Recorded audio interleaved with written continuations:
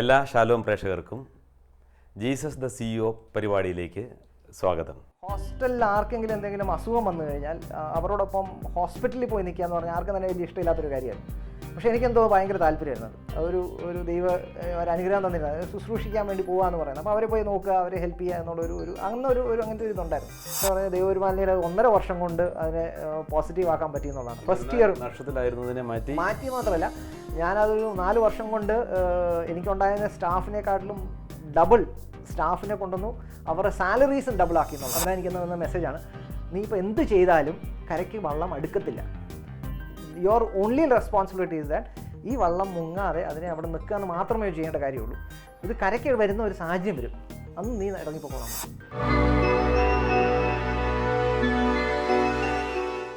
ഇന്ന് നമ്മോടൊപ്പം ആയിരിക്കുന്നത് ഫൈസൽ ആൻഡ് ഷബാന ഫൗണ്ടേഷൻ്റെ ഗ്ലോബൽ CEO ഡോക്ടർ ജോസഫ് സെബാസ്റ്റ്യനും കുടുംബവുമാണ്. സ്വാഗതം. നന്ദി. സാറേ, ഇന്ന് കുടുംബമായിട്ടാണല്ലോ നമ്മൾ ഒരുമിച്ചിരിക്കുക അല്ലേ? കുടുംബത്തെ ഒന്ന് പരിചയപ്പെടുത്താമോ? എൻ്റെ വൈഫിൻ്റെ പേര് ഡാർലിൻ മൂവാറ്റുപുഴക്കാരിയാണ്. മൂവാറ്റുപുഴ ആനിക്കാട് ഇടവകയിൽ പോത്തനാമഴി കുടുംബത്തിലെ അംഗമാണ്. മകള് മരിയ ഞങ്ങളുടെ രണ്ടാമത്തെ മകളാണ്. 2 ആൺപിള്ളേരും കൂടെ ഉണ്ട്. മൂത്തയാൾ ദേവസി, ഇളയ മോൻ ജെഫ്രി. ഒരു 3 പേരും പഠിച്ചുകൊണ്ടിരിക്കുകയാണ്. ഞാൻ മാഡത്തോടൊരു ചോദ്യം ചോദിക്കാൻ ആഗ്രഹിക്കുന്നു. കഴിഞ്ഞ എപ്പിസോഡിൽ സാർ സംസാരിച്ച മിക്കവാറും സന്ദർഭത്തിൽ മാഡത്തെയും കൂടെ മെൻഷൻ ചെയ്യുകയുണ്ടായി. അദ്ദേഹത്തിന് അങ്ങേയറ്റത്തെ ഒരു സപ്പോർട്ട് കിട്ടുന്ന, അദ്ദേഹം വിചാരിച്ചതുപോലെയുള്ള ഒരു കുടുംബിനെയാണ് അല്ലെങ്കിൽ ഒരു ഭാര്യയാണ് തനിക്ക് കിട്ടിയതെന്ന്, അത് വലിയൊരു ദൈവാനുഗ്രഹമാണെന്നൊക്കെ അദ്ദേഹം പറഞ്ഞു. ഞാൻ വിചാരിക്കുന്നത് ഈ കുടുംബം ആയിരിക്കുമ്പോഴത്തേക്കും ആ കുടുംബത്തെ ഭംഗിയായി കൊണ്ടുപോകാൻ പറ്റുന്നു, താനില്ലെങ്കിലും കുടുംബം ഏറ്റവും നന്നായി പോകുന്നു എന്നൊക്കെ ഒരു മനസ്സിലൊരു സമാധാനം അല്ലെങ്കിൽ സംതൃപ്തി അദ്ദേഹത്തിന് തോന്നുന്നത് കൂടെ ആയിരിക്കണമല്ലോ അദ്ദേഹം അങ്ങനെയൊക്കെ പറയാൻ കാര്യം. ഈ സാറിൻ്റെ ജോലി തിരക്കും കാരണങ്ങൾ കൊണ്ട് പലപ്പോഴും വീട്ടിലില്ല, ഒത്തിരി യാത്രകളുണ്ട്. എങ്ങനെയാണ് കുടുംബത്തെ മാനേജ് ചെയ്തുകൊണ്ട് പോകുന്നത്? ഈ ചോദ്യത്തിന് ഉത്തരമായിട്ട് എനിക്ക് പറയാനുള്ളത് തിരിച്ചും എനിക്ക് അങ്ങനെ തന്നെയാണ്. കാരണം ജോസഫ് എത്രത്തോളം എന്നെ നല്ലൊരു ഭാര്യയായിട്ട് കരുതുന്നോ അത്രത്തോളം നല്ലൊരു ഭർത്താവായിട്ടാണ് ഞാൻ ജോസഫിനെ കാണുന്നത്. നല്ലൊരു അപ്പനായിട്ട്, കുഞ്ഞുങ്ങൾക്ക് വേണ്ടിയിട്ട് എല്ലാ കാര്യങ്ങളും ചെയ്തു കൊടുക്കുന്ന, അല്ലെങ്കിൽ അതിനോട് താല്പര്യമുള്ള നല്ലൊരു ഭർത്താവാണ് ജോസഫ്. നല്ലൊരു കുടുംബനാഥനാണ്. ശരിയാണ്, ജോസഫിന് ഒത്തിരി തിരക്കുകളുണ്ട്. പക്ഷെ ഞങ്ങളുടെ കുടുംബജീവിതം തുടങ്ങിയ കാലഘട്ടത്തിൽ കഴിഞ്ഞ ഇതിനകത്ത് പറഞ്ഞതുമാതിരി ജോസഫിൻ്റെ ജോലി ഒരു കോളേജിൽ പ്രൊഫസർ എന്നുള്ള നിലയിലായിരുന്നു. ആ സമയത്ത് ഞങ്ങളുടെ കുടുംബജീവിതം ആരംഭിച്ച ആ കാലഘട്ടങ്ങളിൽ ഞങ്ങൾ തമ്മിലുണ്ടായിരിക്കുന്ന ആ ഒരു ബന്ധം, ആ ഒരു ബോണ്ടിങ് ഇപ്പോഴും എനിക്ക് എപ്പോഴും ആ ഒരു കുടുംബജീവിതം നന്നായിട്ട് കൊണ്ടുപോകുന്നതിന് ഒത്തിരിയേറെ സഹായകമായിട്ടുണ്ട്. കുടുംബജീവിതത്തിൻ്റെ തുടക്കത്തിലുണ്ടായിരുന്ന ആ ഒരു ബോണ്ടിങ് ഇപ്പം നമുക്ക് കൂടുതലധികം തിരക്കുകളുണ്ട്, ബുദ്ധിമുട്ടുകളുണ്ട് എങ്കിൽ കൂടിയും ആ ഒരു സ്നേഹവും ആ ഒരു കരുതലും അടുപ്പവും അത് ഇപ്പോഴും ഞാൻ ഫീൽ ചെയ്തുകൊണ്ടാണ് ഇരിക്കുന്നത്. പിന്നെ എത്ര ജോലി തിരക്കുണ്ടെങ്കിലും ഞങ്ങൾ ഒന്നിച്ചായിരിക്കുന്ന, തിരിച്ച് വീട്ടിലെത്തുന്ന സാഹചര്യങ്ങളിൽ ജോസഫ് ഏറ്റവും കൂടുതൽ സമയം, ക്വാളിറ്റി ടൈം ഞങ്ങൾക്ക് വേണ്ടിയിട്ട് തരാനായിട്ട് വളരെയധികം ശ്രദ്ധിക്കാറുണ്ട്. അതാണ് ഞങ്ങൾ കുടുംബജീവിതത്തിൽ ഞങ്ങളെ വിജയകരമായിട്ട് മുന്നോട്ട് കൊണ്ടുപോകുന്നത്. പിന്നെ മക്കളുടെ കാര്യങ്ങളും പഠിത്തം, ഒത്തിരിയേറെ ഒരു കുടുംബജീവിതത്തിൽ ഉണ്ടാകുന്ന ബാക്കിയുള്ള എല്ലാവിധ തിരക്കുകളും അത് ദൈവകൃപയാൽ ബുദ്ധിമുട്ടില്ലാതെ കൊണ്ടുപോകാനായിട്ട് ഞങ്ങൾക്ക് സാധിക്കുന്നുണ്ട്. സാറ് പരിചയപ്പെടുത്തിയപ്പോൾ സമയത്തോടെ പറഞ്ഞു വർക്ക് ചെയ്യുന്നുണ്ട്, ഒരു ട്രസ്റ്റിൻ്റെ ഉത്തരവാദിത്വം എടുക്കുന്നുണ്ട്, ഒരു സോഷ്യൽ മേഖലയിൽ അല്ലെങ്കിൽ സാമൂഹിക പ്രവർത്തനത്തിൽ തന്നെയാണ് മാഡം ഏർപ്പെട്ടിരിക്കുന്നത്. ഈ സാറ് വീട്ടിലില്ല, ഇങ്ങനത്തെ ധാരാളം ഒരു സാമൂഹിക സേവന പ്രവർത്തനത്തിൽ ഏർപ്പെടേണ്ടി വരികയാണ്. എന്നിട്ട് കുട്ടികൾ 3 പേര്, അവർ 3 പേരും പഠിക്കുന്നവരാണ്. അപ്പോൾ ഇങ്ങനെ കൊണ്ടുപോകുമ്പോൾ ഈ താളപ്പുഴകളില്ലാതെ എങ്ങനെയാണ് ഇത് കൊണ്ടുപോകാനായിട്ട് കഴിയുന്നത്? അത് ദൈവപരിപാലനയാണ് അതിനുള്ള ഏക ഉത്തരം. പിന്നെ സമൂഹത്തിന് വേണ്ടിയിട്ട് കാര്യങ്ങൾ ചെയ്യാനായിട്ടുള്ള ഞങ്ങളുടെ 2 പേരുടെയും താല്പര്യമാണ് ഇങ്ങനെ ഒരു ട്രസ്റ്റ് തുടങ്ങാനായിട്ടും അതിൻ്റെ പ്രവർത്തനങ്ങളിൽ ഏർപ്പെടാനായിട്ടും എനിക്ക് സാധിച്ചത്. പിന്നെ ഞാൻ ചെയ്യുന്ന എല്ലാ കാര്യങ്ങൾക്കും ജോസഫിൻ്റെ 100% പിന്തുണയുണ്ട്. അത് മാനസികമായിട്ടുള്ള പിന്തുണയും ഒപ്പം തന്നെ കാര്യങ്ങൾ ചെയ്യാനായിട്ടുള്ള ഒരു സപ്പോർട്ട്, അത് വളരെയധികം ഞങ്ങളുടെ ഫാമിലി ലൈഫിൽ എനിക്ക് കിട്ടുന്നുണ്ട്. ഞാൻ എന്ത് കാര്യം ചെയ്താലും അതിനോട് തീർച്ചയായിട്ടും ജോസഫിൻ്റെ അടുത്ത് നമ്മളതിൻ്റെ സജഷൻസ് ചോദിക്കാറുണ്ട്, ഒപ്പീനിയൻസ് ചോദിക്കാറുണ്ട്. അപ്പോഴെല്ലാം വളരെ താല്പര്യത്തോടെ ഞാൻ വളരണം എന്നുള്ള ഒരു ആഗ്രഹത്തോടെയാണ് ജോസഫ് എപ്പോഴും എന്നെ എല്ലാ കാര്യങ്ങളിലും സപ്പോർട്ട് ചെയ്തിട്ടുള്ളത്. എനിക്ക് ചെറിയൊരു കാര്യം അതിനകത്ത് ആഡ് ചെയ്യാനുള്ള മനുഷ്യ എന്താ വെച്ചാൽ ഞാനെന്നും ചോദ്യത്തിനകത്ത് പറഞ്ഞു സ്വപ്നത്തിൽ കണ്ടെന്നുള്ള രീതി. ശരിക്കും പറഞ്ഞാൽ ഒരു കുടുംബജീവിതവും ഒരു ഭാര്യ എന്നൊക്കെ കാണുമ്പോഴത്തേക്ക് ഞാൻ കണ്ടതിനേക്കാളൊക്കെ അപ്പുറമായിട്ടാണ് തമ്പുരാൻ എനിക്ക് തന്നിരിക്കുന്നത്. ഡാളിനാണെങ്കിലും മക്കളുടെ കാര്യത്തിലൊക്കെ ആണെങ്കിൽ പോലും തന്നെ ചെറിയ തമാശയായിട്ടൊരു കാര്യം പറയുകയാണെങ്കിൽ പോലും തന്നെ ഞാൻ എൻ്റെ PhD 29ാമത്തെ വയസ്സിൽ കഴിഞ്ഞു. അന്ന് കല്യാണം കഴിച്ച 2 മക്കളും ഉണ്ട് ഞങ്ങൾക്ക്. അപ്പോൾ എൻ്റെ അനിയത്തി, ഡാളിൻ്റെ അനിയത്തി ജോവലിൻ, അവളന്ന് കുഞ്ഞു പെണ്ണ കോളേജ് പഠിച്ചുകൊണ്ടിരിക്കുന്ന സമയം. അപ്പോൾ അവൾ എന്നെ കളിയാക്കി പറഞ്ഞൊരു കാര്യം, പക്ഷേ സീരിയസ് ആയിട്ട് എനിക്ക് നല്ല തോന്നി. എന്നോട് പറഞ്ഞു, ജോച്ചി എന്ന് തന്നെ വിളിക്കുന്നത്. ജോച്ചി 10-30 വയസ്സൊക്കെ ആകുമ്പോഴത്തേക്ക് ഒരു PhD എടുക്കാമെന്ന് പറഞ്ഞു പലരും ചെയ്യുന്ന കാര്യമാണ്. അല്ലെങ്കിൽ 10-30 വയസ്സാകുമ്പോഴത്തേക്ക് 2 മക്കളുടെ അപ്പനാവുമെന്ന് പറഞ്ഞാൽ പലർക്കും നടക്കുന്നത്. നാട്ടിലൊക്കെ ഇഷ്ടംപോലെ ചേട്ടന്മാർ അങ്ങനെയുണ്ട്. പക്ഷേ ഇത് രണ്ടും കൂടെ ഒരുമിച്ച് നടത്തുക എന്ന് പറയുന്ന ഒരു വലിയ കാര്യം തന്നെയാണെന്ന് പറഞ്ഞു. അപ്പോൾ അന്ന് ഞാൻ കോളേജിൻ്റെ പ്രിൻസിപ്പളായി, PhD കഴിഞ്ഞു, 2 മക്കളുടെ അച്ഛനായി. അപ്പോൾ ഇതെല്ലാം തന്നെ ഞങ്ങളുടെ ഈ ഫാമിലിയിലുള്ള സപ്പോർട്ടും ആ ഒരു എന്താ പറയുന്ന ഒരു ഇറ്റ്സ് എ വണ്ടർഫുൾ ലൈഫ്. എനിക്ക് ഡാളൻ പറഞ്ഞ വേറൊരു കാര്യം കൂടെ, ആ ഒരു ആദ്യകാലങ്ങളുണ്ടായിരുന്ന ആ ഒരു ഇൻറ്റിമസിയും റൊമാൻസും ഇന്ന് ഞങ്ങളുടെ ഫാമിലി ലൈഫിൽ ഞങ്ങൾ കണ്ടിന്യൂ ചെയ്യുന്നു എന്നുള്ള ഒരു വലിയൊരു പോസിറ്റീവ് ഇതാണ്. ഈ സാറേ, അത് വളരെ ഗൗരവമുള്ളൊരു കാര്യമാണ് സാർ. ആദ്യം എനിക്കുണ്ടായിരുന്ന ഈ ബൈബിളിൽ തന്നെയുണ്ട്, നിനക്കെൻ്റെ ആദ്യ സ്നേഹം നിനക്ക് എന്നോട് ഇപ്പോൾ ഇല്ല. ദൈവം തന്നെ, ഈശോ തന്നെ ഇപ്പോൾ തൻ്റെ പ്രിയപ്പെട്ടവരോട് കംപ്ലയിൻറ്റ് ചെയ്യുന്ന ഒരു ഇതുണ്ട്, എൻ്റെ ആദ്യ സ്നേഹം നീ ഉപേക്ഷിച്ച് കളഞ്ഞു. സാർ പറയുന്നത് എൻ്റെ ആദ്യകാലം ഉണ്ടായിരുന്ന അതേ ആ റൊമാൻസ് എനിക്കിപ്പോഴും അനുഭവിക്കാൻ, അല്ലെങ്കിൽ ഞങ്ങൾക്കത് കൊടുക്കാൻ പറ്റുന്നുണ്ട്. അത് ഇന്നത്തെ ഒരുപാട് കുടുംബങ്ങളെ നോക്കുമ്പോഴത്തേക്കും അവരുടെ ഭർത്താവിൻ്റെ അല്ലെ ഭാര്യയുടെ പരാതിയും കൂടെയാണിത്. പണ്ടത്തെ പോലെ ഒന്നല്ല ചേട്ടൻ, ഇല്ല ഇവള് ഒരു പരിഗണിക്കുന്നില്ല, അല്ലെങ്കിൽ എന്നെ മനസ്സിലാക്കുന്നില്ല, എനിക്ക് വേണ്ടി ടൈമില്ല. ഇന്നും നിങ്ങൾക്ക് അത്രയും, നിങ്ങളിപ്പോൾ സംസാരിക്കുമ്പോൾ തന്നെ എനിക്കത് ഫീൽ ചെയ്യുന്നുണ്ട്. നിങ്ങൾ അത്രയും നന്നായിട്ട് നിങ്ങൾ ആ ലയം നിങ്ങൾ സൂക്ഷിക്കാനായിട്ട് സാധിക്കുന്നുണ്ട്. എന്താണ് അതിൻ്റെ സീക്രട്ട്? പ്രാർത്ഥനാ ജീവിതമാണ് ഞങ്ങളുടെ ഒരു അടിസ്ഥാനപരമായിട്ടുള്ള ഇതിൻ്റെ സീക്രട്ട് എന്ന് പറയാനുള്ളൂ. ദൈവത്തിൻ്റെ അനുഗ്രഹം ഞങ്ങളുടെ കുടുംബത്തിൽ ഒത്തിരിയേറെ ഉണ്ടായിട്ടുണ്ട്. എല്ലാവർക്കും ദൈവാനുഗ്രഹം ഉണ്ടെന്നാണ് എൻ്റെ വിശ്വാസം. പക്ഷേ ആ ദൈവത്തിൻ്റെ അനുഗ്രഹത്തെ തിരിച്ചറിയാനായിട്ടുള്ള വലിയൊരു കഴിവ് ദൈവം ഞങ്ങൾക്ക് 2 പേർക്കും ഒന്നുപോലെ തന്നിട്ടുണ്ട്. ഞങ്ങളുടെ മക്കളുടെ കാര്യത്തിലാണെങ്കിലും ഒരു കാര്യത്തിലും ഞങ്ങൾക്കൊരു കുറവ് എന്നുള്ള പോലെ തോന്നിയിട്ടില്ല. എന്ത് കാര്യം സംഭവിച്ചാലും അത് ദൈവത്തിൻ്റെ പരിപാലനയിൽ ആശ്രയിച്ചുകൊണ്ട്, ഉറച്ചു വിശ്വസിച്ചുകൊണ്ട്, എന്ത് ബുദ്ധിമുട്ടുകളുണ്ടായാലും അതിനെ തരണം ചെയ്യാനായിട്ടുള്ള ആ ഒരു ആശ്രയബോധവും വിശ്വാസവും ദൈവം ഞങ്ങൾക്ക് ധാരാളമായിട്ട് തരുന്നുണ്ട്. പിന്നെ കുർബാനയിൽ എന്നും പങ്കെടുക്കാനായിട്ടൊക്കെ ഞങ്ങൾ എപ്പോഴും ശ്രമിക്കും. ഇപ്പം ഞങ്ങൾ താമസിക്കുന്ന വീടിന് നേരെ പുറകിൽ കോൺവെൻ്റ്, അപ്പോൾ എന്നും ഞാൻ കുർബാനയ്ക്ക് ഞാൻ ഓടിപ്പോകും. അതുപോലെ വൈകുന്നേരമുള്ള പ്രാർത്ഥന, അങ്ങനത്തെ എല്ലാ കാര്യങ്ങളിലും നമുക്ക് ആ ഒരു ആശ്രയബോധം കൊണ്ടാണ് നമുക്കത് പൂർണ്ണമായിട്ടും സാധിക്കുന്നത്. രണ്ട് കാര്യങ്ങൾ എനിക്ക് ആഡ് ചെയ്യണം തോന്നിയത്. ഒന്ന്, സ്പിരിച്വൽ ആസ്പെക്റ്റ് ഭയങ്കര ഇമ്പോർട്ടൻ്റ് ആണ്. പക്ഷേ അതോടൊപ്പം തന്നെ എനിക്ക് തോന്നുന്നത് പലപ്പോഴും ചോദിച്ചപ്പോഴാണെങ്കിലും ഇന്നത്തെ യങ് കപ്പിൾസിന് അല്ലെങ്കിൽ കുടുംബജീവിതത്തിൽ പലപ്പോഴും ബുദ്ധിമുട്ട് വരുന്നത്, പലപ്പോഴും ദൈവ ശുശ്രൂഷയ്ക്ക് വേണ്ടി നടക്കുന്ന പലർക്കും തന്നെയാണ് കുടുംബജീവിതത്തിൽ വലിയ ബുദ്ധിമുട്ടുകളുണ്ടാകുന്നത്. പലപ്പോഴും നമ്മളങ്ങനെ കണ്ടിട്ടുണ്ട്. അതിന് കാരണം എന്താണെന്ന് വെച്ചാൽ ഇതിനെ വ്യത്യസ്തമായിട്ട് കാണുന്നതുകൊണ്ടാണ്. ജീവിതം എന്ന് പറയുന്നത് ഒരു സ്പിരിച്വൽ ലൈഫ് ഒന്ന്, എന്താ പറയുന്നത്, ഒരു ബോഡിയും ഫിസിക്കലും മെന്റൽ എന്താ പറയുന്നത്, ഒരു ഭൗതിക ജീവിതവും ആത്മീയ ജീവിതവും തമ്മിൽ 4 ഘടകങ്ങളുണ്ടെന്നാണ് നമ്മൾ പറയുന്നത് ഒരു മനുഷ്യനെ സംബന്ധിച്ച്. One is his own body, second is the mind, the nervous system, third എന്ന് പറഞ്ഞാൽ സൈക്കോളജിക്കൽ ആസ്പെക്ട്സ് ആണ്, നമുക്കുണ്ടാകുന്ന ഫീലിങ്സും കാര്യങ്ങളൊക്കെ. And fourth one is spiritual part. ഇത് ബൈബിളിൽ പോലും അങ്ങനെ തന്നെയാണ് പറയുന്നത്. ഈ 4 ഘടകങ്ങളെ നമുക്ക് ഒരേപോലെ നമുക്ക് മുമ്പോട്ട് കൊണ്ടുപോയാൽ മാത്രമേ പറ്റുള്ളൂ. ഇപ്പം ഞാനും ഡാളിനെ ഇപ്പോൾ ഉദാഹരണത്തിന് എന്നും നന്നായിട്ട് പ്രാർത്ഥിക്കുന്നതോടൊപ്പം തന്നെ ഇഫ് ഐ കനോട്ട് ഷെയർ എൻ്റെ ആ ഒരു സ്നേഹം പങ്കുവെക്കുന്ന ഒരു ചിലപ്പോൾ ചെറിയൊരു ഒന്ന് കൈ പിടിച്ചൊന്ന് എന്തെങ്കിലും കാര്യം പറയുന്നതായിരിക്കാം, അല്ലെങ്കിൽ ഒരു ഉമ്മ കൊടുക്കുന്നതായിരിക്കാം, അല്ലെങ്കിൽ ഒരു ചെറിയ ഗിഫ്റ്റ് കൊടുക്കുന്നതായിരിക്കാം. ഇതൊന്നും ഇല്ലെങ്കിലും അടുക്കള ജോലി ചെയ്തുകൊണ്ടിരിക്കുമ്പോൾ തൊട്ടടുത്ത് പോയി നിൽക്കുന്നതായിരിക്കാം, ഡാളിന് പറയാനുള്ള കേൾക്കുന്നതായിരിക്കാം.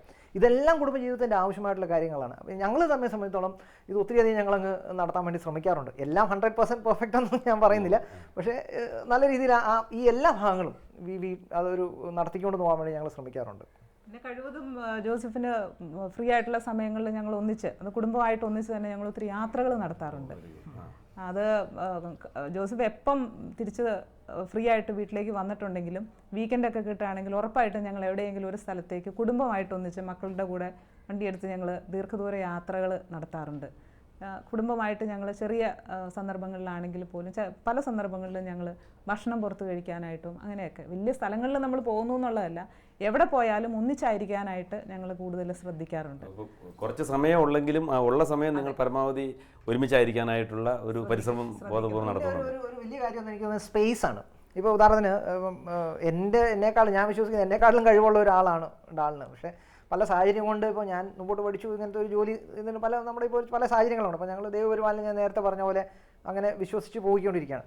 പക്ഷേ ഡാളിനുള്ള കഴിവിനെ പ്രോത്സാഹിപ്പിക്കാനും അതിനുള്ള സ്പേസ് കൊടുക്കുക എന്ന് പറയുന്ന ഒരു ഭർത്താവായിട്ടുള്ള എൻ്റെ ഉത്തരവാദിത്വം കൂടെയാണ്.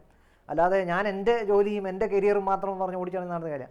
അപ്പോൾ ഇപ്പം ഞങ്ങൾ ഈ നടത്തുന്ന ലിവിങ് ലൈഫ് ട്രസ്റ്റ് ഇപ്പം ജോലിയായിട്ട് ഫുൾ ടൈം പോയി കഴിഞ്ഞാൽ നന്നായിട്ട് ചെയ്യാൻ പറ്റുന്ന ആൾ. ഇപ്പം നേരത്തെ ഞങ്ങൾ ഡൽഹിയിലായിരുന്നപ്പോഴത്തേക്ക് ജോലി ഉണ്ടായിരുന്നു. അന്ന് ഫരീദാബാദ് ഡയസിസിൻ്റെ പ്രൊജക്ട് ഓഫീസറാണ് സോഷ്യൽ വർക്ക് ഡിപ്പാർട്ട്മെൻറ്റിൽ.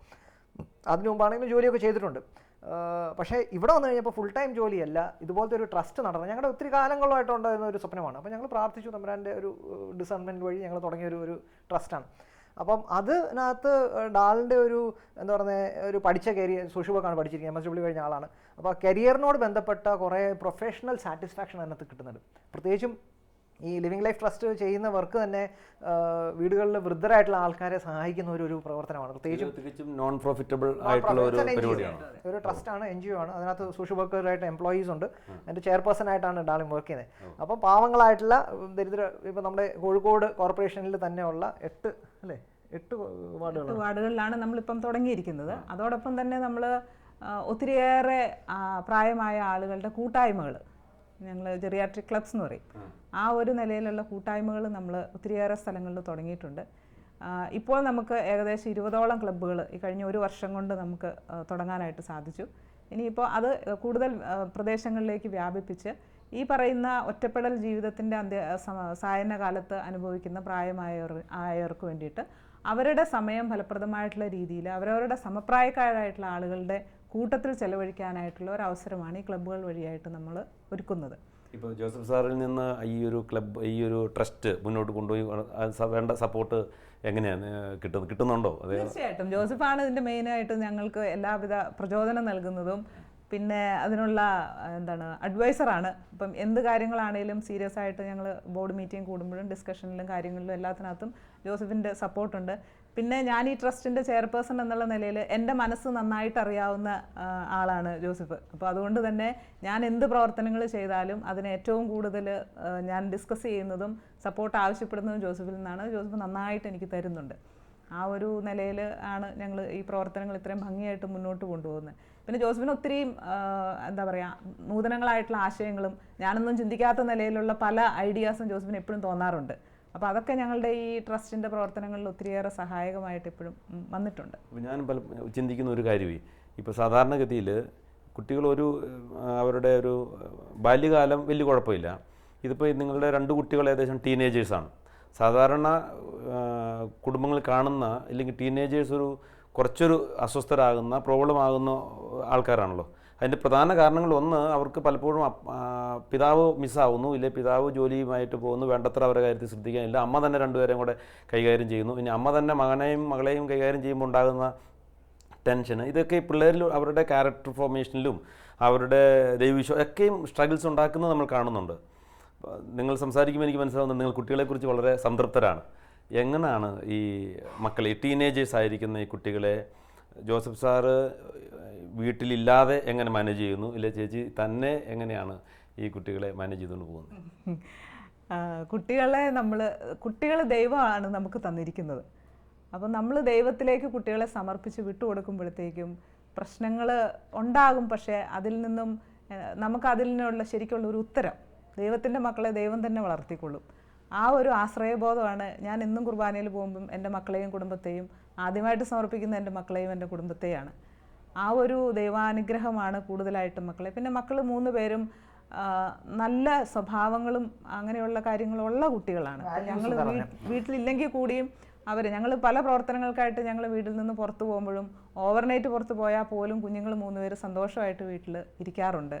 അവരെ എല്ലാ കാര്യങ്ങളും അവർ തന്നെ മാനേജ് ചെയ്യും. ഈവൻ കുക്കിംഗ് പോലും എൻ്റെ മൂത്ത 2 മക്കളും ചെയ്യാറുണ്ട്. അതൊക്കെ ഞാനിങ്ങനെ പലരോടും പറയുമ്പോൾ പലരും ഒരു അത്ഭുതമായിട്ട് പറയാറുണ്ട്. പക്ഷേ എല്ലാ കാര്യങ്ങളും വീട്ടിൽ നമ്മൾ ഏൽപ്പിച്ചിട്ട് പോകുന്ന എല്ലാ ഉത്തരവാദിത്തങ്ങളും വളരെ ഭംഗിയായിട്ട് കുഞ്ഞുങ്ങൾ ചെയ്യാറുണ്ട്. പറഞ്ഞാൽ അവരെ ടോട്ടലി ഫ്രീ ആയിട്ട് വിട്ടു എന്നുള്ള അർത്ഥം അതിനകത്തില്ല കേട്ടോ. ഡിസിപ്ലിൻ ആവശ്യമുള്ളിടത്ത് ഡിസിപ്ലിൻ നമ്മൾ കൊടുക്കുന്നുണ്ട്. അതുപോലെ തന്നെ ഇപ്പം വീട്ടിലവർ ഞങ്ങളില്ലാത്ത സമയത്താണ് ഇൻ്റർനെറ്റ് ഫെസിലിറ്റി നമ്മൾ കൊടുക്കാറില്ല. അത് മോഡം മാറ്റി വെക്കും. കാരണം വെച്ചാൽ കുട്ടികളുടെ പ്രായം നമ്മൾ മനസ്സിലാക്കി അതനുസരിച്ചിട്ട് അതിനുള്ള സാഹചര്യങ്ങൾ നമ്മൾ എടുക്കുക എന്ന് പറയുന്നത് ആവശ്യമാണ്. പിന്നെ ഞങ്ങൾ ചിലപ്പോഴാണെങ്കിൽ ഒത്തിരി ഒന്നുമില്ല, ചിലപ്പോഴൊക്കെ ആണെങ്കിലും ഞങ്ങൾ മാത്രമായിട്ട് പോകേണ്ട എന്തെങ്കിലും ട്രെയിനിങ് പ്രോഗ്രാംസിനൊക്കെ എന്തെങ്കിലും അല്ലെങ്കിൽ ഓവർനൈറ്റ് സ്റ്റേ എന്തെങ്കിലും വീട്ടിലത്തെ കാര്യത്തിന് വേണ്ടി എന്തെങ്കിലും പോകേണ്ട കാര്യങ്ങളൊക്കെ ഉണ്ടെങ്കിൽ ആ സമയത്ത് ഞങ്ങൾ പ്രാർത്ഥനയുടെ കാര്യത്തിനാണെങ്കിലും പിള്ളേരെ വിളിച്ചൊന്ന് റിമൈൻഡ് ചെയ്യുന്ന കാര്യങ്ങളും ഒക്കെ ചെയ്യാറുണ്ട്. പിന്നെ എനിക്ക് തോന്നിയിരിക്കുന്നത് എപ്പോഴും ഈ ഏത് പ്രായത്തിലുള്ള ഇപ്പം കുഞ്ഞു പിള്ളേരാകുമ്പോഴത്തേക്ക് വ്യത്യാസമുണ്ട്, അവരുടെ കൂട്ടത്തിലായിരിക്കേണ്ട ആവശ്യമുണ്ട്. ടീനേജേഴ്സ് ആകുമ്പോഴത്തേക്ക് ഏറ്റവും വലിയൊരു ഒരു ചാലഞ്ചായിട്ട് എനിക്ക് എപ്പോഴും തോന്നിയിരിക്കുന്നത്, നമ്മളൊരു ടീനേജറുടെ ഫാദറാണ്, ടീനേജറുടെ മദറാണെന്ന് നമ്മൾ മനസ്സിലാക്കുന്നില്ല. നമ്മൾ ടീനേജറിനെ മാത്രമേ നമ്മൾ നോക്കുന്നുള്ളൂ, പക്ഷേ ആ ഫാദറിനെയും മദറിനെയും നമ്മൾ നോക്കുന്നില്ല. C as A father and mother നമ്മളും കുറേ ചേഞ്ചസിലൂടെ പോയിക്കൊണ്ടിരിക്കുകയാണ്. അല്ല, അത് വളരെ അതായത് ഞാനൊരു ടീനേജറുടെ ഫാദറാണ് അല്ലെ മദറാണ് എന്നുള്ള ഒരു ധാരണ, അപ്പോൾ അത് വളരെ പ്രധാനപ്പെട്ട ഒരു കാര്യമാണല്ലോ. അപ്പോൾ ഞാനും നിങ്ങളോട് ചോദിക്കാൻ ആഗ്രഹിക്കുന്ന ഒരു ചോദ്യം അത് തന്നെയാണ്. ഇപ്പോൾ നമ്മൾ സാധാരണ കുടുംബത്തിൽ മാതാപിതാക്കൾ സ്ട്രഗിൾ ചെയ്യുന്നത് അവരുടെ തങ്ങൾക്കുള്ള ഒരു വിശ്വാസം എങ്ങനെ അവരിലേക്ക് കൈമാറ്റം ചെയ്യും, ഒരു വിശ്വാസ രൂപീകരണം കുഞ്ഞുങ്ങളിൽ എങ്ങനെയാണ് ഉണ്ടാക്കിയെടുക്കുക. അത് ഒത്തിരി നല്ല ക്രൈസ്തവരായ കുടുംബങ്ങൾ മാതാപിതാക്കൾ പോലും സ്ട്രഗിൾ ചെയ്യുന്ന ഒരു കാര്യമാണ്. രണ്ടാമത് അവരുടെ സ്വഭാവ രൂപീകരണം. ഈ കാലഘട്ടത്തിൽ പിള്ളേരെ കുടുംബത്തിൽ ഉള്ള ഇൻഫ്ലുവൻസിനേക്കാളും പുറത്ത് ഒരുപാട് ഫാക്ടറുകൾ അവരെ ഇൻഫ്ലുവൻസ് ചെയ്യുന്നുണ്ട്. അതിന് മുകളിലായിട്ട് കുടുംബത്തിൽ നിന്ന് കൊടുക്കുന്ന വാല്യൂസ് ആണ് എനിക്ക് പ്രധാനമെന്ന് കുഞ്ഞിൻ്റെ മനസ്സിൽ തോന്നുമ്പോഴാണല്ലോ കുഞ്ഞ് അത് തന്നെ അത് തന്നെ തിരഞ്ഞെടുക്കാൻ തീരുമാനിക്കുന്നത്. അതിനകത്ത് പല വശങ്ങളുണ്ടെങ്കിലും ബേസിക് ആയിട്ട് നമ്മുടെ കുടുംബത്തിൽ നമ്മൾ കൈക്കൊള്ളുന്ന വാല്യൂസ് തന്നെയാണ് ഏറ്റവും. കാരണം പിള്ളേരെ പഠിപ്പിക്കുന്നേക്കാളും പിള്ളേർ കണ്ടുപഠിക്കുകയാണ് ചെയ്യുക. I mean they see and learn. നമ്മൾ എന്ത് ചെയ്യുന്നു അതാണ് അവർ.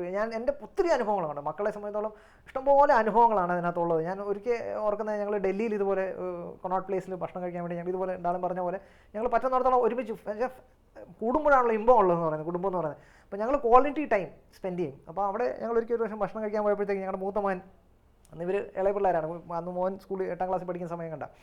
അപ്പോൾ ഞങ്ങളത് ഭക്ഷണം കഴിച്ചിട്ട് ഇങ്ങനെ പുറത്തോട്ട് ഇറങ്ങുമ്പോഴത്തേക്ക് അവിടെ ഡോർ തുറന്ന ഒരു പൊക്കമുള്ള ഒരു ചേട്ടനാണ് ഡോറ് തുറന്നു തന്നെ. അപ്പോൾ ഡോറ് തുറന്നു കഴിഞ്ഞപ്പോഴത്തേക്ക് ഇവൻ മൂത്ത ആൾ ദേവസി തിരിഞ്ഞെടുത്ത് താങ്ക് യു ഭയ്യ താങ്ക് യു എന്നിങ്ങനെ പറഞ്ഞു. അപ്പോൾ കേട്ടപ്പോൾ എനിക്ക് ഭയങ്കരമായിട്ട് സന്തോഷം തോന്നി. അപ്പോൾ ഞാൻ പോലും വിചാരിച്ചില്ല. ഞാൻ എന്നിട്ട് അവനോട് ചോദിച്ചു, എടാ വേ ഡിഡ് യു ലേൺ ദിസ്, എവിടുന്ന പഠിച്ചത് ഞാൻ ചോദിച്ചപ്പോഴത്തേക്ക് അവൻ പറഞ്ഞ് ഞാൻ അപ്പയെ കണ്ട് പഠിച്ചാന്ന് പറഞ്ഞു. എൻ്റെ മനസ്സിൽ ഞാൻ ഒരിക്കലും കാണാത്ത ഒരു കാര്യം, അവൻ കാഷ്വലായിട്ട് ഞാൻ ചെയ്തുകൊണ്ടിരുന്ന കാര്യം അവൻ കണ്ടുപിടിച്ചു എന്നുള്ളതാണ്. അതുപോലെ ഇഷ്ടംപോലെ അനുഭവങ്ങളാണ് ഞങ്ങൾക്ക് അങ്ങനത്തെ. ഇപ്പോൾ ഇളയ കൊച്ചിൻ്റെ കാര്യം, ഈ അടുത്ത കാലത്ത് ഞങ്ങളൊരു ചെറിയൊരു പ്രോഗ്രാം നടത്തിയപ്പോഴത്തേക്ക് ഇവരുടെ ലിവിങ് ലൈഫ് ട്രസ്റ്റിൻ്റെ പ്രോഗ്രാം കേട്ടോ, ഞാനും അതിനോട് ചെന്നിരുന്നു. അപ്പം ചായ മിച്ചം ഉണ്ടായി പ്രോഗ്രാം കഴിഞ്ഞപ്പോഴത്തേക്കും. അപ്പം ഇവർ ചെയ്തതെന്ന് വെച്ചാൽ ചായ വെറുതെ ഊറ്റി കളയുന്നതിന് പകരം ബീച്ചിൽ, കോഴിക്കോട് ബീച്ച് വെച്ചില്ല പരിപാടി നടത്തുന്നത്. അപ്പം ആ ചായ അവിടെ ഉണ്ടായിരുന്ന ആൾക്കാർക്ക് വിതരണം ചെയ്യാൻ വേണ്ടിയിട്ട് പോയി. അപ്പോൾ ഞാനും അവിടെ ഉണ്ടായിരുന്നു, എൻ്റെ പേരൻസൊക്കെ ഞങ്ങളെല്ലാവരും ഉണ്ടായിരുന്നു അവിടെ. അപ്പോൾ ഞാനും ഒരു ചായ എടുത്ത് കൊടുക്കാൻ തുടങ്ങുക. അപ്പോൾ ഒരു വൃദ്ധനായിട്ടുള്ളൊരു മനുഷ്യൻ അവിടെ വന്നു, ഒരു തമിഴനായിട്ടുള്ളൊരു ഭിക്ഷാടകനാണ്. അപ്പോൾ അദ്ദേഹം വന്നു കഴിഞ്ഞപ്പോഴത്തേക്ക് പൈസ ചോദിച്ചാണ് വന്നത്. അപ്പോൾ എൻ്റെ പെട്ടിലേക്ക് മനസ്സിൽ നിന്ന് പൈസ കൊടുക്കുന്നതിന് പകരം ചായയും എന്തെങ്കിലും അവിടെ ചെറിയ നെയ്യപ്പം കടിയുണ്ടായിരുന്നു, അപ്പോൾ അത് കൊടുത്താണ്. അപ്പോൾ ഞാൻ ചോദിച്ചു തരട്ടെ എന്ന് ചോദിച്ചപ്പോൾ ഒത്തിരി സ്നേഹത്തോടെ തരാൻ പറഞ്ഞു. ഞാൻ കൊടുക്കുകയും ചെയ്തു. എന്നിട്ട് ശലം അതുകൊണ്ട് മാറി നിന്നിട്ട് ആ വൃദ്ധനായിട്ടുള്ള മനുഷ്യൻ, സേലംകാരനൊരു മനുഷ്യനാണ്, അദ്ദേഹം അവിടെ നിന്ന് കുടിച്ചു കഴിഞ്ഞപ്പോഴത്തേക്ക് അത് ഒരു ഭാഗം ഞാൻ ചെയ്തു എന്നുള്ള കാര്യം തന്നെ. പക്ഷേ അത് തിരിച്ചു വന്നപ്പോഴത്തേക്ക് ഇളയ മകൻ ഞങ്ങളുടെ ജെഫ്രി പറയുക, അപ്പോൾ എൻ്റെ ആ ക്രച്ചസ്, അവൻ ഈ അടുത്ത് ചെറിയൊരു മുട്ടിന് ഒരു ഓപ്പറേഷനൊക്കെ നടന്നത്, അപ്പോൾ ക്രച്ചസ് വെച്ച് കുറച്ച് ദിവസം നടന്നു. അപ്പോൾ ആ ക്രച്ചസ് നമുക്ക് ആർക്കെങ്കിലും കൊടുക്കണം. അപ്പോൾ ഞാൻ ചോദിച്ചാൽ എന്തിനാ? ഇല്ല അപ്പം ഞാൻ കണ്ടായിരുന്നു അവിടെ ബീച്ചിൽ വെച്ചിട്ട് അപ്പാപ്പന് ചായ കൊടുത്തില്ല. അപ്പം എൻ്റെ മനസ്സിൽ തോന്നിയൊരു കാര്യമാണ്, ഐ ഷുഡ് ഡു സംതിങ്. അപ്പം ഞാൻ പറഞ്ഞു വെച്ചാൽ നമ്മുടെ കുടുംബത്തിൽ ഈ ഒത്തിരി അധികം ടെൻഷൻ അടിച്ചിട്ട് കാര്യമില്ല. നമ്മൾ പലപ്പോഴും വിചാരിക്കുന്നത് വെച്ചാൽ ടീനേജേഴ്സിന് അവരുടേതായ സ്വഭാവവിശേഷതകളുണ്ടെന്ന് നമ്മൾ എല്ലാവരും മനസ്സിലാവുന്ന കാര്യം. അതിനെ കൊടുക്കാനുള്ള സ്പേസ് കൊടുക്കുകയും കുട്ടികൾക്ക് അതിന് മുമ്പ് തന്നെ നമ്മൾ ഈ വാല്യൂസ് കൊടുക്കാൻ പറ്റുവാണെങ്കിൽ I think it's a very easy way to take values അവരുടെ നമ്മുടെ ജീവിതം കൊണ്ട് അവർ സ്വീകരിക്കണം. എക്സാക്ട്ലി. Very good. നമ്മളൊന്ന് പറയുകയും വേറൊന്ന് പ്രവർത്തിക്കുകയും ചെയ്ത് കാണിച്ചിട്ടുണ്ടെങ്കിൽ അതൊരിക്കലും കുഞ്ഞുങ്ങളുടെ ജീവിതത്തിൽ അവർക്കൊരു ലേണിംഗ് ആകുകയില്ല. അത് നമ്മൾ എന്ത് പറയുന്നു അത് തന്നെ നമ്മൾ കാണിക്കുക എന്ന് പറയുന്നത് വളരെ അത്യാവശ്യമായിട്ടുള്ള ഒരു കാര്യമാണ്. പിന്നെ ടീനേജേഴ്സിന് കുറച്ച് നമ്മൾ ആ ഒരു സ്വാതന്ത്ര്യം, അവർക്ക് ഫ്രീഡം കൊടുക്കുക എന്ന് പറയുന്നതും അത്യാവശ്യമായിട്ടുള്ള ഒരു കാര്യമാണ്. വെരി വാലിഡ് പോയിന്റ് കേട്ടോ. കാരണം വെച്ചാൽ ഈ സ്പേസ് കൊടുക്കുക, ടീനേജേഴ്സിന് സ്പേസ്. നമ്മളിപ്പോൾ എന്നും പോയി അവരെ എന്താ ചെയ്യുന്നത്, എങ്ങനെ ചെയ്യുന്നത് നോക്കാൻ, B with dum, enjoy the company, എന്നിട്ട് അവർക്ക് ആ സ്പേസും കൊടുക്കുക. കുറച്ച് അവർ, നമ്മളൊക്കെ ടീനേജേഴ്സ് കഴിഞ്ഞിട്ടല്ല വന്നിരിക്കുന്നത്. അന്ന് മുതലേ നമ്മൾ പരിശുദ്ധരായിട്ട്, ഇപ്പോൾ ഞാൻ എൻ്റെ ജോലി നോക്കി കഴിഞ്ഞാൽ ഞാൻ ടീനേജർ ആയിരുന്ന കാലത്ത് ഇവിടെ എന്തെങ്കിലും പഠിച്ചു പോയിട്ട് അന്ന് പ്രീ ഡിഗ്രി ജയിച്ചു പോകുമെന്ന് പോലും എൻ്റെ അപ്പൻ പേടിച്ചിരുന്നു. ജയിക്കാൻ പോലും സാധ്യതയില്ല എന്ന് വിശ്വസിച്ചിരുന്നു ആ കാലത്ത്. അന്ന് അങ്ങനെയായിരുന്നു എൻ്റെ ജീവിതം. അത് കഴിഞ്ഞ് നമ്മൾ ഇതൊക്കെ എന്തോരം വലുതായി. ഞാൻ സ്വപ്നം കാണുന്നതിനേക്കാളും അപ്പുറമായിട്ടുള്ള ജോലിയും ജീവിത സാഹചര്യങ്ങളൊക്കെയാണ് തമ്പുരാൻ എനിക്ക് തന്നിരിക്കുന്നത്. മക്കളെയും തമ്പുരാൻ അതുപോലെ തന്നെ നമ്മൾ മുമ്പോട്ട് കൊണ്ടുപോകും എന്നുള്ള വിശ്വാസം ഞങ്ങൾക്ക് രണ്ടുപേർക്കും. അല്ല, അല്ലെങ്കിലും മക്കൾ ആദ്യമേ മാഡം പറഞ്ഞ പോലെ മക്കൾ ദൈവത്തിൻ്റെതാണ് എന്നുള്ളൊരു ദർശനം കിട്ടിക്കഴിഞ്ഞാൽ തന്നെ മക്കളെക്കുറിച്ചുള്ള ഒത്തിരി ആകുലതകൾ ഒഴിവാകും. ശരിയാണ്. എൻ്റെ ഒരു ചോദ്യം, കുടുംബ ജീവിതത്തിൽ പ്രത്യേകിച്ചും കുഞ്ഞുങ്ങളുടെ ഒരു വിശ്വാസ രൂപീകരണത്തിൽ പ്രാർത്ഥനയ്ക്ക് വളരെ പ്രാധാന്യമുണ്ടല്ലോ. ഇന്ന് ആൾക്കാർ പക്ഷേ പൊതുവേ കാണുന്നത് വിശ്വാസ ജീവിതം നയിക്കുന്ന ആൾക്കാർ തന്നെ പലപ്പോഴും അവരുടെ കുടുംബ പ്രാർത്ഥനയെല്ലാം തിരക്ക് മൂലം അല്ലെങ്കിൽ മറ്റെല്ലാ കാരണത്താൽ പലപ്പോഴും മാറ്റിവെക്കുന്നു. നിങ്ങളുടെ ഫാമിലി ലൈഫിൽ അല്ലെങ്കിൽ കുഞ്ഞുങ്ങളുടെ വിശ്വാസ രൂപീകരണത്തിൽ ഈ കുടുംബ പ്രാർത്ഥനയുടെയൊക്കെ ഒരു പ്രാധാന്യം എന്താണ്? അതിന് നിങ്ങൾക്ക് ഗൗരവമായി കണക്കാക്കാൻ പറ്റുന്നുണ്ടോ, അതെയോ നിങ്ങളും ഈ തിരക്കിനിടയ്ക്ക് വിട്ടുപോകുമോ? ഒരിക്കലില്ല. അതിനകത്ത് എനിക്ക് തോന്നുന്നു എന്നെക്കാട്ടിലും കൂടുതൽ എന്താ പറയുക ഒരു കർക്കശ്യം വെക്കുന്ന ആൾ ഡാലൻ തന്നെയാണ്. ഞാൻ ഈ ബോർഡിങ്ങിൽ പഠിച്ച കാരണം ഞങ്ങൾക്ക് ഈ ബോർഡിങ്ങിൽ ഒരു പരിപാടിയുണ്ട്. വലിയ ദൂരം ട്രിപ്പൊക്കെ പോയിട്ട് വരുമ്പോഴത്തേക്ക് സിസ്റ്റർ പറയും ഇന്ന് ഷോർട്ട് പ്രയറാന്ന് പറയും. അപ്പോൾ ഈ ഷോർട്ട് പ്രയർ എന്ന് പറഞ്ഞാൽ അന്ന് കൊന്തയൊന്നുമില്ല, സ്വന്തമായിട്ട് ചെറുതായിട്ട് ഒരു പ്രാർത്ഥന വഴിച്ചിട്ട് അങ്ങ് കിടക്കാമെന്നുള്ള. അപ്പോൾ ഇടയ്ക്കൊക്കെ ആണെങ്കിൽ ഞാൻ തമാശയുടെ ആളിനോട് പറയും ഇന്ന് നമുക്കിന്ന് ഷോർട്ട് പ്രയർ ആക്കിയെന്ന് പറഞ്ഞാൽ പുള്ളിക്കാരി സമ്മതിക്കത്തില്ല, ഒരു രക്ഷയില്ല. ഫുൾ കൊന്ത ചെല്ലുക അല്ലെങ്കിൽ എന്താ കുടുംബ പ്രാർത്ഥന ചെല്ലുക എന്ന് പറയുന്ന ആവശ്യമാണ്. അതോടൊപ്പം തന്നെ എനിക്കൊന്ന് വണ്ടിയിൽ ഞങ്ങളിപ്പോൾ യാത്ര ചെയ്ത് മടുത്ത് വരെ നമുക്കറിയാം ഒത്തിരി ദൂരം യാത്ര ചെയ്തിട്ട് ഞങ്ങൾ വരാൻ പിള്ളേർ ഉറങ്ങി പോകാൻ സാധ്യതയൊക്കെ ഉണ്ട്. അപ്പോൾ ഞങ്ങൾ ചെയ്യുന്ന ഒരു കാര്യം എന്ന് വെച്ചാൽ വണ്ടിയിൽ തന്നെ ഇരുന്ന് പ്രാർത്ഥിച്ചു. കാരണം ഞങ്ങൾ 5 പേരെ കാണുള്ളൂ. അപ്പം വണ്ടിയിൽ ഇരുന്ന് കൊന്ത ചൊല്ലി പ്രാർത്ഥിച്ച് ഞങ്ങളുടെ മൊത്തം പ്രാർത്ഥനയും വണ്ടിയിലിരുന്ന് ചെയ്തുകൊണ്ട് വീട്ടിലെത്തുന്ന ഒരു രീതിയുണ്ട്. അപ്പോൾ ആ സാഹചര്യത്തിനനുസരിച്ചിട്ടുള്ള ഒരു ക്രമീകരണം ഞങ്ങൾ ചെയ്യാറുണ്ട്. പക്ഷേ പലപ്പോഴും തന്നെ വീട്ടിൽ തന്നെയാണ്. സാറില്ലെങ്കിലും കുടുംബ പ്രാർത്ഥനയ്ക്ക് ഒരു മുടക്കവും ഇല്ല. ഞങ്ങൾ എല്ലാവരും കൂടെ ഒന്നിച്ചിരുന്ന് കുടുംബ പ്രാർത്ഥന എടുക്കും. ജോസഫ് ഇപ്പം ദുബായിലോ അങ്ങനെ എന്തെങ്കിലും ഫോറിൻ ട്രിപ്സിലൊക്കെ പോവുകയാണെന്നുള്ള സമയങ്ങളിൽ സാധാരണ ഇതിൽ അവിടെ എല്ലാം ഇൻ്റർനെറ്റ് ഫെസിലിറ്റി ഒത്തിരി ഉണ്ടല്ലോ. അപ്പം സ്കൈപ്പിലാണെങ്കിലും ജോസഫ് വരും. അതൊരു രസകരമായിട്ടുള്ള കാര്യം ഞങ്ങളുടെ കുടുംബത്തിലെ കൊന്തയിലും സമയത്ത് ഈ ടൈം ഡിഫറൻസ് ഉള്ള കാരണം അത് പറ്റും. നമ്മുടെ ഇവിടെ ആകുമ്പോഴത്തേക്ക് ചിലപ്പോഴും അത് നടക്കത്തില്ല. കറക്റ്റ് ഇന്ത്യയിലാകുമ്പോഴത്തേക്ക് പലപ്പോഴും നടക്കില്ല. പക്ഷെ പുറത്ത് എവിടെയെങ്കിലും പോയി കഴിഞ്ഞാൽ ഇറ്റ് വർക്ക്സ് ഔട്ട്. അതിൽ കുറച്ച് സമയം പുറകിലോട്ടായതുകൊണ്ട് നമ്മൾ സാധാരണ ഇവിടെ കുരിശ് വരയ്ക്കുന്ന സമയമാകുമ്പോഴത്തേക്കും അവിടെ സാധാരണ ഇതിൽ ഓഫീസിൽ നിന്ന് ജസ്റ്റ് തിരിച്ച റൂമിലേക്കൊക്കെ എത്തുന്ന ആ ഒരു സമയമായിരിക്കും. അപ്പം ഞങ്ങൾ എല്ലാവരും കൂടെ ഒന്നിച്ച് ഇരുന്ന് ജോസഫ് സ്കൈപ്പിൽ ഞങ്ങളല്ലാതെ ഇവിടെ ഇരുന്നുകൊണ്ട് ഞങ്ങൾ കുടുംബ പ്രാർത്ഥനയിലും പിള്ളേർ സ്കൈപ്പിലൂടെ ഒരു സ്തുതി തരുന്ന ഒരു ഐ മീൻ ദാറ്റ് എല്ലാ ദിവസങ്ങളുള്ളതല്ല, അങ്ങനെ ഒരു ചെറിയൊരു ഞങ്ങളൊരു റിച്വലായിട്ട് അത് ചെയ്യുന്നത്. ഇറ്റ്സ് എ വെരി ഗുഡ് ഒരു പേഴ്സണൽ ഒരു എഫെക്ഷൻ ഉണ്ടാകുന്ന ഒരു കാര്യമായിട്ട് ഞങ്ങൾക്ക് തോന്നാറുണ്ട്. കാരണം എൻ്റെ സാഹചര്യത്തിൽ അത് ഞാൻ ഇവിടെ അല്ല, എൻ്റെ യാത്രകളുണ്ട്. പക്ഷേ യാത്രയിലാണെങ്കിലും കുടുംബത്തോടൊപ്പം പ്രത്യേകിച്ചും പ്രാർത്ഥനയിലാകാൻ വേണ്ടിയിട്ട് ഞങ്ങൾ ശ്രമിക്കാറുണ്ട്. അങ്ങനെ സ്കൂളിലേക്ക് പോകുന്നതിന് മുമ്പാണെങ്കിലും ഈശോയുടെ മുമ്പിൽ നിന്ന് ഒരു സ്വർഗസ്നായ എന്ന് പറഞ്ഞ തുസി ചൊല്ലി എല്ലാവർക്കും സ്തുതി കൊടുത്ത് അങ്ങനെയൊക്കെയാണ് കുഞ്ഞുങ്ങളെ ഞങ്ങൾ സ്കൂളിലേക്ക് പറഞ്ഞു വിടുന്നത്. സാധ്യമാവുന്ന എല്ലാ സന്ദർഭങ്ങളിലും കുഞ്ഞുങ്ങളെ ഈശോ ആണ് അവരെ നയിക്കുന്നതെന്ന് ഒരു മനസ്സിലാക്കി കൊടുക്കൽ ഉണ്ട്. തീർച്ചയായിട്ടും. Very good. പുതിയ ഒരു തലമുറയോട് ഇപ്പം ഞങ്ങൾ സാർ ഇപ്പം ഈ യുവജനങ്ങളുടെ ഇടയിൽ പ്രവർത്തിക്കുന്നു, യങ് കപ്പിൾസിനിടയിൽ പ്രവർത്തിക്കുന്നു, അല്ലെങ്കിൽ ഒരുപാട് ജീവിതങ്ങളെ കാണുന്നു. എന്താണ് പുതിയ തലമുറയോട് അല്ലെങ്കിൽ പുതിയ യുവ തലമുറയോട് സാറിന് പറയാനുള്ളത്? എനിക്ക് പറയാനുള്ളത് ഇത്ര മാത്രമേ ഉള്ളൂ. നിങ്ങൾ എന്ത് ചെയ്താലും അടിസ്ഥാനപരമായിട്ട് ദൈവരാജ്യത്തിന് വേണ്ടിയിട്ട് ആഗ്രഹിക്കുക. You need to dream and it should be part of your life. നിങ്ങൾ ദൈവഹിതമേ ഞാൻ ചെയ്യുള്ളൂ എന്നും ആഗ്രഹിച്ചാൽ മാത്രം മതി എന്നുള്ളതാണ് എൻ്റെ ചിന്ത. കാരണം ഞാൻ എൻ്റെ ജീവിതത്തിൽ കണ്ടിരിക്കുന്നത് നമ്മൾ ഒത്തിരി കാര്യങ്ങൾ ചെയ്യുന്നതിനപ്പുറമായിട്ട് തമ്പുരാൻ നമ്മളെ കൈപിടിച്ച് നടത്തിക്കോളും. ഇറ്റ് ഈസ് നോട്ട് ബിക്കോസ് നമുക്ക് എന്തെങ്കിലും കഴിവുകൾ ഉണ്ടായിട്ടോ നമ്മൾ മിടുക്കരായിട്ടോ ഒന്നുമല്ല തമ്പുരാൻ എടുക്കുന്നത്. തമ്പുരാൻ നമ്മളെ എടുത്തിട്ട് മിടുക്കരാക്കുകയാണ്. ഇപ്പോൾ ഞാൻ എൻ്റെ ജീവിതത്തെ നോക്കിയാൽ പോലും ഞാൻ മിടുക്കനായിട്ടൊന്നും അല്ല ഇത്രയും കഴിവുകളുണ്ടായിരുന്നു. പക്ഷേ ഞാൻ നേരത്തെ പറഞ്ഞ പോലെ ഏത് കുടുംബത്തിൽ ജനിക്കണമെന്ന് ഞാൻ തീരുമാനിച്ചതല്ല, ഞാൻ എവിടെ പഠിക്കണമെന്ന് ഞാൻ തീരുമാനിച്ചതല്ല, ഞാൻ ധ്യാനത്തിന് പോകുന്നത് പോലും ഞാൻ തീരുമാനിച്ചതല്ല, ഇന്ന ജോലി കിട്ടണമെന്ന് പോലും എനിക്ക് എൻ്റെതായ ഡിസിഷൻസ് ഇല്ല. ഞാൻ 100ഓളം ജോലികൾ അപ്ലൈ ചെയ്തിട്ടുണ്ട് ഒരു സന്ദർഭത്തിൽ. ഒരു ജോലിക്ക് പോലും വന്ന് ഞാൻ ഇൻ്റർവ്യൂവിന് പോലും വിളിക്കാത്ത സാഹചര്യങ്ങളൊക്കെ ഉണ്ടായിട്ടുണ്ട്. പക്ഷേ തമ്പുരാൻ വിളിച്ചു തന്ന് അതിൽ നമ്മളെ ഏറ്റവും മേന്മയായിട്ട് ദൈവരാജ്യത്തിന് വേണ്ടിയിട്ട് നമ്മളെ വളർത്തുകയാണ്. അതിന് വേണ്ടിയിട്ട് നമ്മൾ യെസ് എന്ന് പറഞ്ഞ് നിൽക്കേണ്ട കാര്യം മാത്രമേ ഉള്ളൂ. ആ ഒരു ആഗ്രഹം ദൈവം I am there for you, തമ്പുരാന് വേണ്ടിയിട്ട് ജീവിക്കാൻ വേണ്ടി ഞാൻ തയ്യാറാണ് എന്ന് മാത്രം യുവാക്കൾ പറയുകയാണെങ്കിൽ എനിക്ക് തോന്നുന്നത് നമുക്ക് എല്ലാവർക്കും ഭംഗിയായിട്ടുള്ള ഒരു ലൈഫ്, അത് കുടുംബജീവിതത്തിലായിക്കോട്ടെ എവിടെ ആയിക്കോട്ടെ നിങ്ങൾക്ക് ചെയ്യാൻ പറ്റും. അത് കരിയറിലും സോഷ്യൽ ലൈഫ് നിങ്ങളുടെ ഒരു സമൂഹത്തിലുള്ള ജീവിതത്തിലാണെങ്കിലും കുടുംബജീവിതത്തിലാണെങ്കിലും 3 ഭാഗങ്ങളിലും ഏറ്റവും ഭംഗിയായിട്ട് നടത്താൻ പറ്റും എന്നുള്ളത് ഞങ്ങളുടെ വിശ്വാസം. നിങ്ങൾ ഒരു ചെറിയ കാര്യം നേരത്തെ പറഞ്ഞ ഡാലിൻ പറഞ്ഞ ആ കാര്യം കൂടെ പറഞ്ഞിട്ട് ഞാൻ നിർത്തിക്കോളാം. ഇടയ്ക്ക് പറഞ്ഞു നിർത്തില്ല. പ്രശ്നങ്ങളില്ല എന്നുള്ളതല്ല, ബുദ്ധിമുട്ടുകൾ ഞങ്ങൾ തമ്മിലൊക്കെയാണ് പ്രശ്നം, കുടുംബത്തിലും പ്രശ്നങ്ങളൊക്കെ ഉണ്ട്. പക്ഷേ ആ പ്രശ്നങ്ങളെ നേരിടാനുള്ള ഒരു ശക്തിയും അതിനെ കാഴ്ചപ്പാടുകളും വ്യത്യാസമായിട്ട് വരും. അതാണ് അതിനകത്ത് വ്യത്യാസങ്ങൾ. അപ്പോൾ നമ്മളൊരു ആത്മീയതയിലായി കഴിയുമ്പോഴത്തേക്ക് ദൈവത്തോട് അടുത്ത് ജീവിച്ച് കഴിയുമ്പോൾ നമ്മുടെ സ്പിരിച്വൽ ലൈഫ് നന്നായിട്ട് പോയി കഴിയുമ്പോഴത്തേക്ക് ആ കാഴ്ചപ്പാടിലാണ് വ്യത്യാസം വരുന്നത്. The issues would be the same, പക്ഷേ ആ view of looking at the problem changes and because of that നമ്മുടെ ലൈഫിൽ ഒത്തിരി അധികം നന്മ ഉണ്ടാകുന്നതാണ്. അപ്പോൾ അതുകൊണ്ട് തന്നെ ഞങ്ങൾക്ക് ഇഷ്ടംപോലെ അനുഗ്രഹങ്ങൾ കിട്ടുന്നു എന്നുള്ള രീതിയിലാണ് ഞങ്ങൾ എല്ലാത്തിനെയും കാണുന്നത്. And we are happy about it.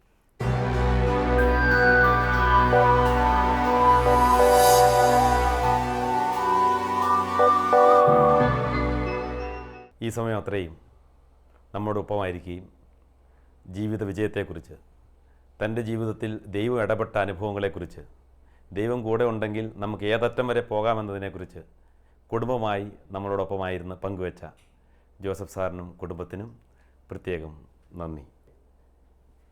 വീണ്ടും അടുത്ത ആഴ്ചയിൽ കണ്ടുമുട്ടുന്നതുവരെ പ്രാർത്ഥനയിൽ ഒന്നിക്കാം.